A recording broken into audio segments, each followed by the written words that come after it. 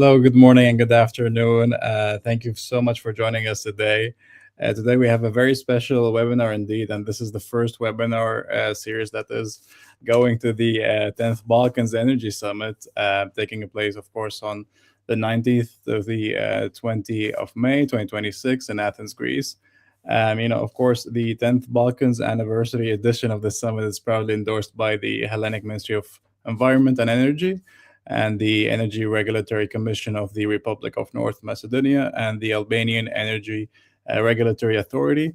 As we prepare for this milestone gathering in Athens, today's discussion sets for the tone of the one of the most critical region and conversations: how Southeast Europe can scale decarbonization in a practical kind of an investable and industrial valuable way across the Balkans. We are witnessing industrial carbon exposure and growing urgency to deploy hydrogen solutions beyond theory. And the question is no longer whether hydrogen will play a role. The real question is, how do we actually deploy it in a way that is decentralized, cost effective, and immediately applicable to the Southeast European markets? And actually, this brings us to today's topic: scaling decarbonization in Southeast Europe, methanol reforming, hydrogen and carbon markets in practice. And to guide us through this discussion, it is my pleasure to welcome Andrea Sancho Fibla, the Business Development Manager EMEA at the Methanol Reformer. Andrea, welcome, and thank you so much for joining us today. Hello, Karam. Good morning, and good morning, everybody, and a pleasure to be here. Thank you so much, Andrea.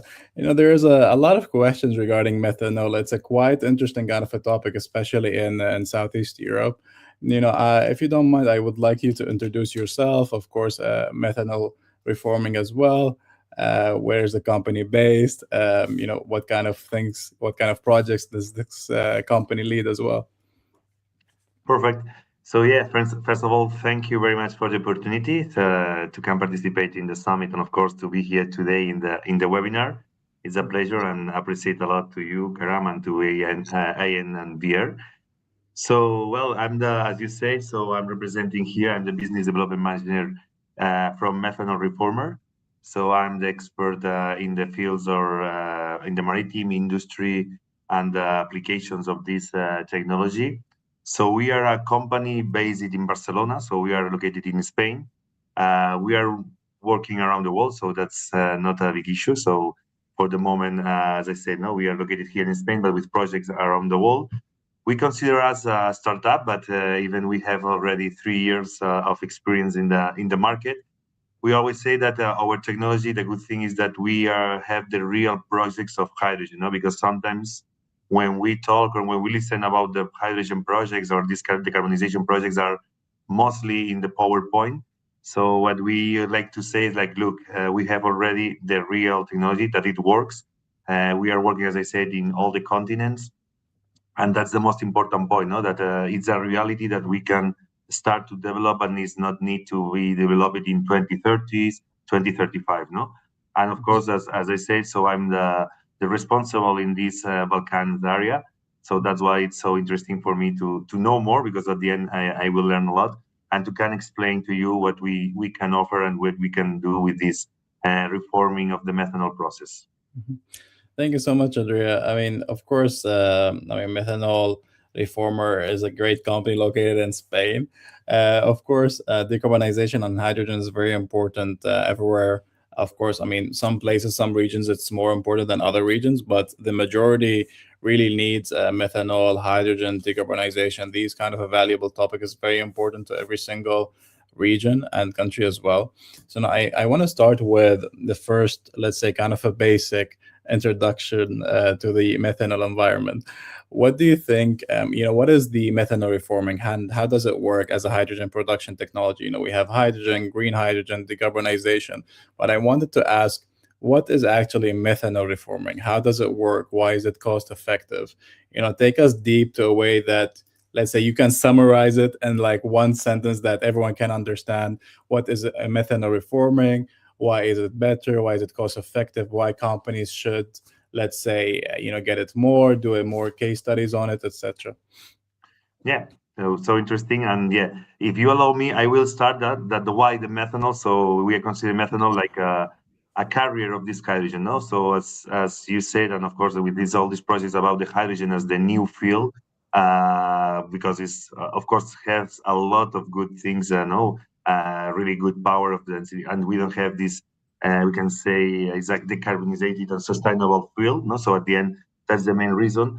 But the problems that we find something is that about the cost and the inefficiency in these logistics of hydrogen. So that's why we believe that it's in its incipient market, methanol help us as a carrier of this hydrogen. So the main question here is, yes, we use this methanol because we believe that it's the most efficient or the easier way to have this hydrogen at this moment. The good thing is that with our technology, we are, of course, the name of our company is so I always say that it's so easy to understand what we do. So yes, we are reforming the methanol. So it's a thermochemical process that we convert what we are able to produce from our machines, a mix of deionized water and methanol into hydrogen. No, so the good thing, and that's why we believe that is a good start for this hydrogen production, is because we can produce this hydrogen on site, on demand, and even off grid. No, so it helps on about these logistics, as I said, because sometimes the problem that we have, even you have an electrolyzer and it works, is that it's so difficult to transport this hydrogen. No, methanol is liquid at room temperature, so at the end it's so easy. We have experience because it's a common alcohol, so with a long experience in market, different industries, and what allow us is this high hydrogen density. You know, because in the molecule we have this hydrogen included, and allow us to can produce this hydrogen from a just to have this tank with methanol and water. We need to produce this hydrogen, just to understand a little bit, is the size is like 62% of methanol and 38% of dionysic water. So with this mix, we are able to supply this pure hydrogen to works after if we need electricity with a fuel cell, or if we need this hydrogen for the industry or for refuel a hydrogen bus or truck. So without any problem with a compressor, we are able to do that. No. So basically, and returning to the question, no, the way that we produce this is a catalytic with a catalytic reactor. So this is a we can say easy process. It's nothing we can say new. Where we have our patent is in the purifying system. No, with our purifiers, we allow to have this pure hydrogen. And the good thing is that this hydrogen that is not pure enough, and with the rest of the exhaust, we take profit and we do to be efficient to use we use this energy in the production of this hydrogen again. So at the end, if we compare, for example, with other technologies, so that's the main reason and how it works, not this hydrogen production and what it allows us to us. 100%. No, thank you so much, Andrea. I mean, here we have mentioned a lot of things about why is it cost efficient, why is it kind of the best thing that companies can ever get as well. You mentioned something, a word that is really good, that it's a carrier that is like transforming its liquid based as well. So this is actually the same question as, let's say, the second a question. So I want to let's say move on to the second question, of course, just so I can make it Okay. match. But what actually differentiates methanol reforming from other hydrogen pathways in terms of cost, flexibility, and scalability as well? Because of course you have mentioned that it's a carrier, it's cost efficient, it's liquid transfer, which liquid transfer is very good for logistics companies to move with as well. But I think there's a lot of points that I took note of: 60 to methanol, 38 water based. So can you walk us through, what is the differentiation from other hydrogen pathways? Mhm. First of all, I always like to say or to start in this kind of question, like we believe in all the technologies who can allow us to have hydrogen. So it means that when I talk about the methanol, it does mean I don't want to say or don't want to seem that I would say no, the methanol is the best and the rest are not. No, of course, no. We believe, and unfortunately, we don't have enough methanol in the world to produce all the energy that we need. So at the end, this mix of technologies and this mix of different ways to have this hydrogen will help us in this change, for example, from the fossil fuels or something like. So at the end, it's important. I always like to say that that we believe in that kind of about different solutions to have that. But after that, as I said, what we say or what we believe is that this easy incipient moment, as I commented in the first question, methanol help us. No, as you said, for example, for us, what we consider at this moment is like, okay, we have different solutions to have this hydrogen. First of all, for example, the electrolyzer to have this hydrogen compressed. No, so at the end, it's really good. We can consider even the ammonia. No, so it's another gas that they allow us to have this hydrogen. And at the end, the methanol. No, so is where we started. And again, here the most important point on that is, as we say, no, is we can consider the hydrogen, the methanol, the most cheap way to have this hydrogen, even safer, no, because at the end, for example, ammonia is poisonous, so at the end is can have a lot of problems in this gas, no. So methanol, of course, you can't drink and you can't burn, no. So it's not, we can say it's not water, but at the end we have experience with a lot of alcohol, so that's not more different than this. And the difference is here, no, as you said, we are liquid, we help in this storage, in this carrying of this fuel. And at the end is the most important point in this logistics. We can say it's not that in these challenges that we have this, or to consider the prices, it consider it really, really cheap instead of these other options to have this hydrogen. No, for example, just to have an idea about the capex too. No, we need less capex than our competitors in this case. For example, electrolyzers. No, again, if electrolyzer works, because unfortunately the experience sometimes in the electrolyzers. And we need electrolyzers. Again, I don't want to seem that I say that these electrolyzers are not good. No, we believe in electrolyzers, and we need to produce the green methanol electrolyzers. No, but at the end, unfortunately, the experience that we have in Europe are that not all electrolyzers are working or can work 24/7. So our solution is a compact solution. It's just imagine 2 meters per 1 meter and 130 solution. So really compact, useful, and it's easier to do and to produce this hydrogen. No? So at the end, here can be this, no, and the capex, of course, they said if you compare are lower. No, so we don't need any operator, for example, in this production. So you can control remotely the units that you have, for example, from Greece in Albania or from Croatia to Bulgaria. So at the end, it's really useful and so easy to compare, and that's give you the chance to can produce 24/7 remotely. So you can control these units that you have in another part without be there. So it's a really good difference, between the production on site that you can have with this electrolyzer. Another important point, and I always like to say about the difference, is about the high pressure. No, that sometimes seems that it's maybe can be not an important point, but it's an important point and safety reasons too. No, so of course when you have to scale this high pressure, you need more space, you need more capex, not to do that.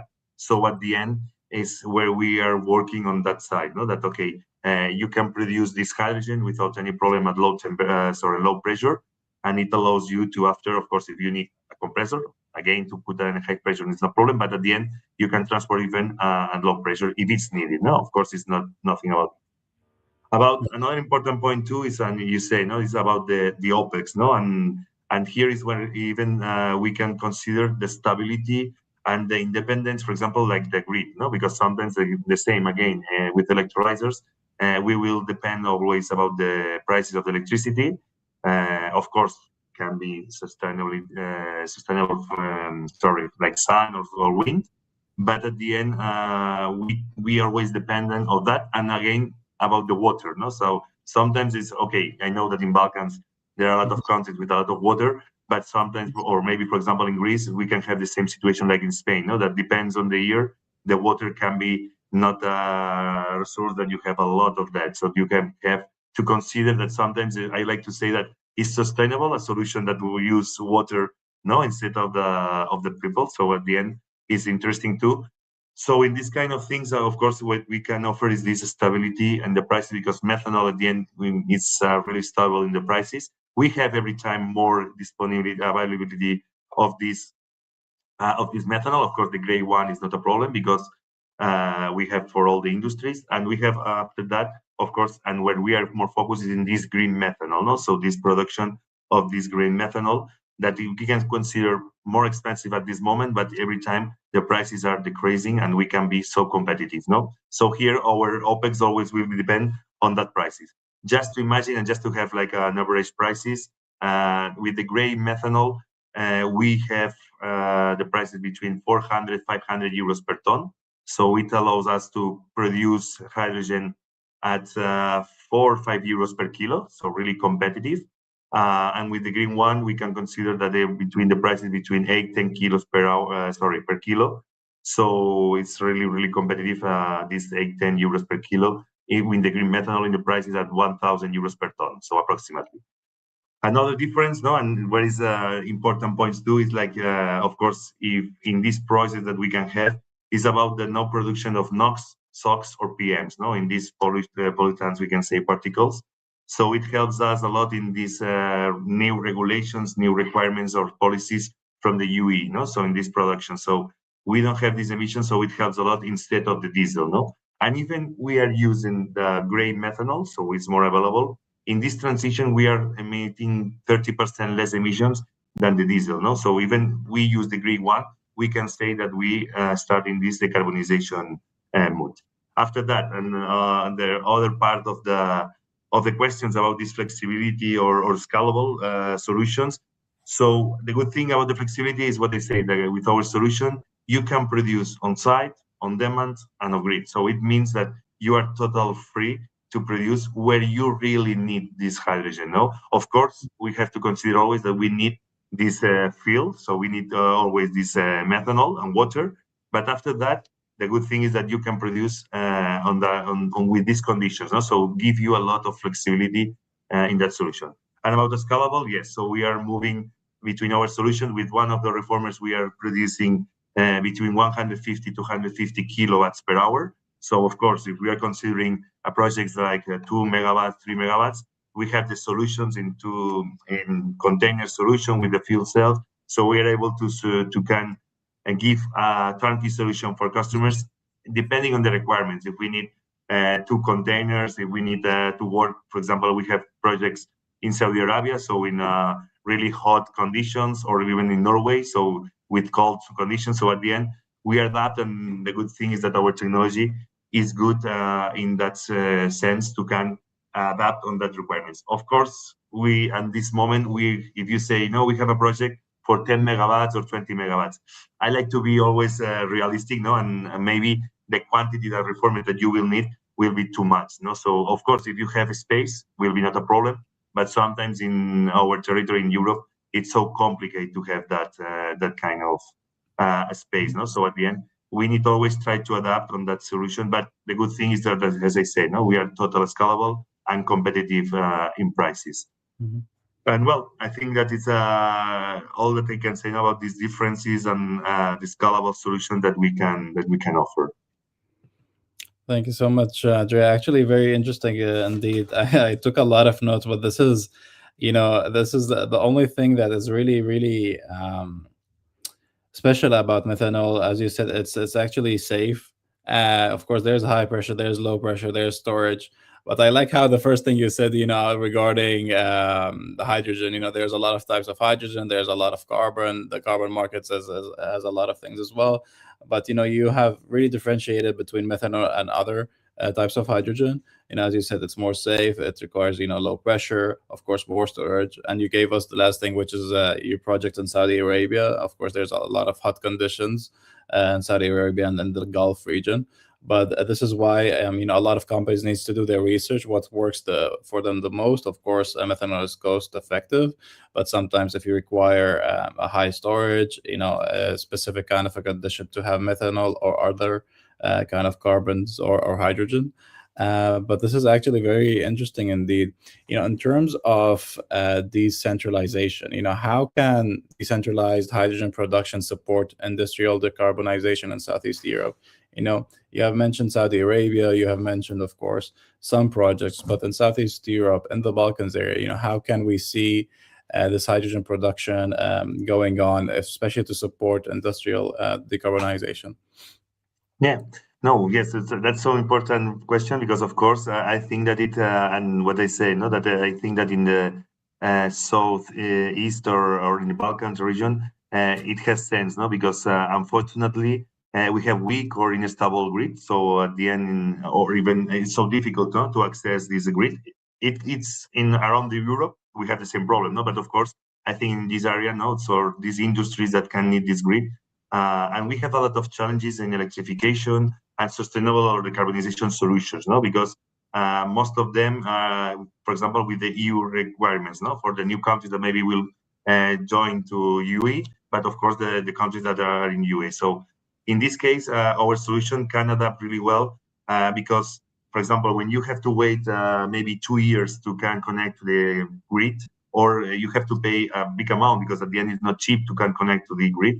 So what we can offer is like, okay, we have a solution, as I said, in between 2 to 6 months to can produce your own electricity. Even of course, if you are waiting these 2 years, you can start now in this production. So at the end, it allows you to be totally independent or free of this production. No, so it's a good point to start. Like, okay, we can be this. Of course, after that, we have a mobile solution too. We can put all in a container, and we are able to move from one side, and when you have the grid, to the other point or to the other company. So at the end, the good thing is that it's total adaptable on the project, as I say, and that's the most important point. No, like okay, we can adapt easy and fast to that requirement. So maybe in this industry or these infrastructures that you are having now, it demands a lot of electricity, no? So even, and I always like to say, no, it's not just in the Balkans area. In Spain, we had a blackout a few months ago, no? So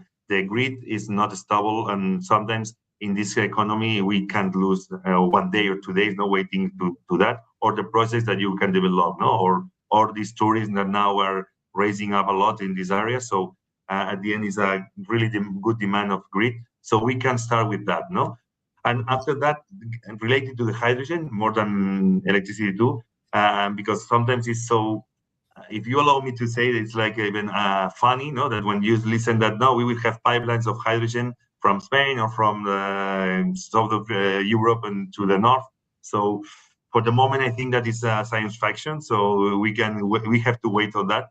So this hydrogen availability is so limited, and the production about the production, no, or the pipeline. Again, if you have an electrolyzer near you, it's perfect. But of these projects that maybe you will have as a cities or this hydrogen production for the buses, for these vehicles, you will have problems to have this hydrogen. No, so what we do is like this fast implementation of the solution. After that, of course, we can adapt. The same with the new regulations for the electricity, for example, for the grid for the service stations. No, the service stations in the UE they require the new policies, like you need 400 kilowatts each 60 kilometers. So even in West Europe, we don't have so the same in East. No, so okay, we can start with this solution, and after that, maybe I can consider if I keep our solution, or okay, I remove and I put in the other service station that I can need. No, so at the end, is that helps us on that points of the Europe requirements about, for example, ETS, the carbon pricing too, or no. And another important point that you have here in Southeast Europe, of course, maybe Greece and all the Adriatic Sea, no, or even the Black Sea too, is about the maritime sectors.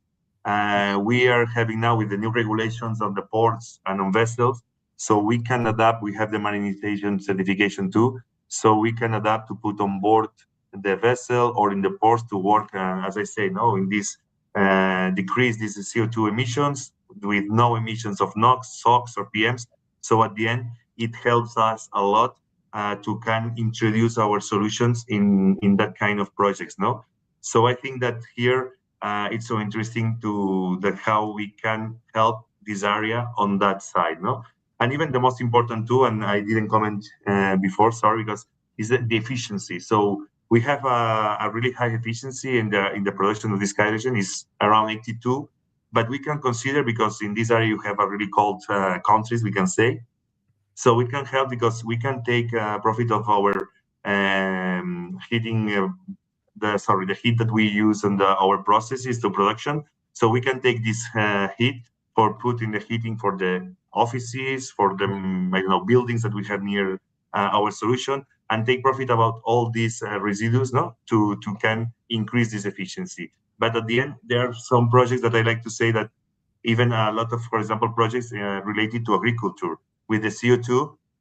Of course, as I said, we want to use the green methanol, but in any case, we will have emissions of CO2. But this CO2, for example, we are working now in a project with Netherlands to take this CO2 to put in the greenhouses, no, for the agriculture. So at the end, you have a lot of countries that the agriculture is so high, no, the activity of the agriculture. So we can study do the same, no. We can have the electricity, we can have the CO2, we can have the heating. So at the end, the good thing is that I always like to say that we can adapt really well, and you see that one project bring you another one, no.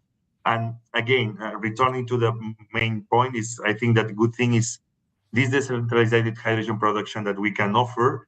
It's good because we are attacking now. We are now focused now in these targets, like for example, the remote areas that you are working. You are increasing a lot in infrastructures in the area. So, for example, we have projects with, I can't say the name yet, but okay, one of the biggest heavy duty machines company. So they have already our machines. So they are producing this electricity to charge the heavy duty machines electrical. No? So will be the hydrogen in next step. So for the moment, they start with that. Also, even in the mining, no, these mines that you are having in these different countries. So why not? In the service stations, as I said, for example, all this supplying of electricity or hydrogen, it can be a solution like, okay, where we now having these diesel tanks, I can remove and I can put methanol there, and we are able to produce this electricity for the Teslas, electrical vehicles, or the hydrogen vehicles that we can have, no? Again, the same on the main important infrastructures in the maritime, in the airports, as I say, all the industry that at this moment are using hydrogen, if you compare these prices that I say you in the production, if you compare with the delivered hydrogen price, you see that you have a really good return of invest in that. No? So the numbers are helping us a lot. And another important point that I think is interesting in that question, we can say, is about the backup solution for different, of course, activities that we can have. No, for example, unfortunately at this moment, and maybe because you have borders near Russia, so it's like, okay, in this war or these army projects, that why not this decarbonization solution to can produce this electricity? For example, for the concerts, stadiums that they need maybe backups, even for the electrolyzers, no? Even you have electrolyzers, I said, unfortunately, maybe they can work 24/7. And if you need this hydrogen, so we can be the backup of the electrolyzer. And well, we can adapt, of course, on that part. First of all, to reduce this maybe imported gas from Russia, or other solutions that can be so competitive in prices, like, for example, electricity or the hydrogen supplying. Mhm.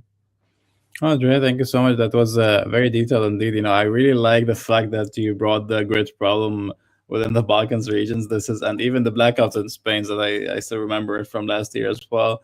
The grid problem has always been there, and actually we have a lot of. It's actually a panel discussion in our 10th edition, but it's always been a topic in every single volcanic event as well. But of course, you have mentioned, return on investment, efficiency, of course, being the backup of electrolyzers and the Netherlands projects as well. So this is makes sense how we can make it decentralized. Of course, you can support industrial decarbonization, as you said, in stadiums. And it doesn't have any kind of specific location. It can be Saudi Arabia, it can be Netherlands, it can be everywhere as well, as long as if it works with a specific kind of a project or a case study.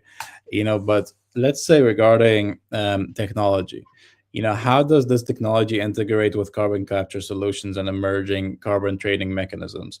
Of course, we have mentioned that it's the grid problem, the efficiency, the return on investment. It's we started with what we called, let's say, it's flexible, it's very effective, it works, but you need specific kind of things. And of course, it's we don't have it around the world. It's a pretty, let's say, low on production. But let's say in terms of technology, how can we integrate it with a carbon capture, and how can we merge it with carbon trading mechanisms? Yeah, that's important point too. No, at the end, it's like, of course, we are focused on that side. So it's the key, we can say. First of all, for us, it's I like to say that this is included or integrated with this carbon capture because One of the types of this green methanol is the e-methanol. No, so e-methanol is produced with carbon capture. So at the end, we start in this good mood, like okay, we are capturing this CO2, and we are using one use. No, that what I can do with this CO2. No, that sometimes is the question. It's not just about the capture of the CO2. Is what can I do with this CO2? So one of the solutions, for example, is then to produce e-methanol. No? So you can put the hydrogen with the carbon captured, and after you can produce this methanol. Why? Because what I say, if you are producing methanol, for example, sorry, if you are producing hydrogen in I don't know now in Saudi Arabia, as we say, and I need to transport it to Europe, so methanol helps us, no, to can deliver it easy. I didn't say you before, but it's just to have to understand the sizes. Is with one truck or with one vessel of methanol is the same amount than 12 trucks of hydrogen compressed. So you can see that relation, no, between 1 to 12. So at the end, it's so useful to understand why I'm saying that it's good in the logistics. No? So the same in this carbon capture. So of course, we will have this carbon capture, but after that is, okay, what I can do with this carbon capture. So one of the useful things that we can do is use this e-methanol. And after this e-methanol, you can sell or you can, well, do something to commercialize because it's at the end is one field that it will be used in some companies. No, so why I explain that is because we start, I think, that with that side, no, that we know our production, we start with this capture of the CO2 before, and after, of course, as I said, unfortunately, we can say we have CO2 in our production of hydrogen, one of the in a low measure, no, but we have this CO2. So we are working now, we are developing now a CO2 capture to include in our reformer. No, here the thing is that the space that we need. So we have already the CO2 capturer, but here the problem, or we can consider, is like the CO2 capturer is bigger than the reformer, so have no sense. No, so in terms of we want to develop some useful capturer that we can include and no increase the size. No, so but because if we can do that, of course we can say that we are total negative emissions of CO2 too. No, so at the end is one part of this solution. And at the end, returning to the question about this carbon trading mechanism too, no? So at the end is what is most important. But we can help in this UE ETS or CBAM because we produce or we can produce with RF and DO certification, no? About these carbon credits that we can use, no? Or even, for example, I'm thinking now about Greece, no? That the all the important maritime sector that you have there. So, for example, it can be a good solution, no? Because of course, maybe I will continue making this CO2, but if I say that I have some solutions related to methanol, so of course I can have these carbon credits, no? So all it helps in that solution that, okay, I'm producing maybe, I invent now, I'm producing now maybe in Montenegro, no, with on my reformer, and maybe I don't produce in Greece, but okay, I can compensate these carbon credits, and I can say, look, I have these solutions that I decrease these emissions. I don't have these NOx and SOx. Of course, here will be the most important point in the certifications, no, and the regulations that we can have. But at the end, is a solution that I want to say is like a solution that will contribute, will help in this ETS and this alignment with the EU requirements on that carbon capture solutions. No. Mm-hmm. No, correct, 100%, Andrea. I mean, I think the fact that you said one methanol vessels as a markup of 12 hydrogen vessels. I think it sums up everything as well. This is quite wow. I think this is a great thing to know. But even, of course, methanol, we said it's easily transferred. Ammonia is kind of a poison, and methanol is kind of a safe thing to go for as well. But of course, it really depends on the case study, on the specific kind of project, on the country, and the depending on the pressure outcomes of the project as well. But I wanted to speak about, let's say, partnerships or market conditions, because you mentioned two different things. Of course, you mentioned that you applied this to the Netherlands and you applied this to Saudi Arabia. So it really depends about the market condition and the need, and even it depends on the partnership. What kind of partnership or market conditions are needed to accelerate the deployment across the Balkans and the wider EU region? Of course, we said it's easily transferred. It's what let's say it's liquid based as well. But in terms, not only that, but in terms of regulations, in terms of sustainability, I do think, please let me know if I'm wrong, but I do think that methanol is the safest choice among, let's say, hydrogen or carbons. But please, feel free to elaborate on this, because EU has, of course, a lot of regulations, a lot of certificates. You need to be certified to be able to deploy this, and safety, etc. as well. Yeah, always, as you said, sometimes the bureaucracy, doesn't help us and that kind of solutions, and that's always or can be a big problem, no? Because even in these countries, as I say, normally in the north of Europe, they are more active on that kind of solution. They started some years ago. So in the south, we need to start because we have a good conditions, no? As I said, so in the Balkans, for example, you have a good conditions to produce this methanol. So at the end you can be total selfish. Sorry. So at the end is a good solution for that. No, but what we need is more maybe understanding from the company, sorry, from the governments and from the regulations. No, because sometimes they can consider you a chemical plant and you say, okay, no, but for my capacity is nothing. No, if you compare with other solutions. So yes, here always is a good or is a big fight between administration and the companies, no, or the projects. So permittings, even for the methanol, as I said, in the market there are a lot of experience in methanol, so it's a call and it's useful in a lot of industries.